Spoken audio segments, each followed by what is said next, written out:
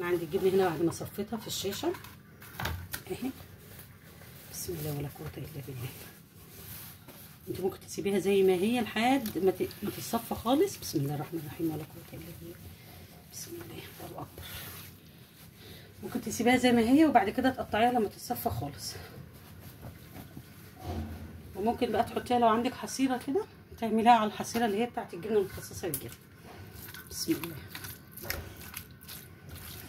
بصوا بقى انا هعمل حاجه يعني انا بعملها وفي البيت هنا عندي ولادي بيحبوها. بحط عليها الفلفل المفروم ده فلفل مفروم انا هنزل بيه عليه. ممكن تحطي بدل الفلفل ده زيتون، ممكن تحطي فلفل اخضر، ممكن تسيبيها خالص من غير حاجه يعني براحتك. بس انا عملتها كذا مره كده وعجبت ولادي كده. بسم الله. اقلبها في بعضها كده عشان كلها تاخد من بعضيها. انا قلبتها في بعضها كده هبتدي اوزعها على الحصيره. انا عندي هنا بسم الله ما شاء الله دول 8 لبن. تقدري تعملي الكميه اللي انت عايزاها وبتتخزن على فكره وبتبقى زي الفل. تقدري تعملي يا رب حتى كيلو واحد لبن. كل واحد على حسب ايه احتياجاته وعلى حسب اسرته.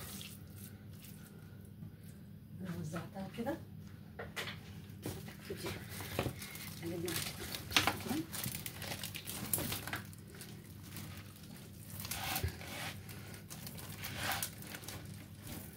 هلفها.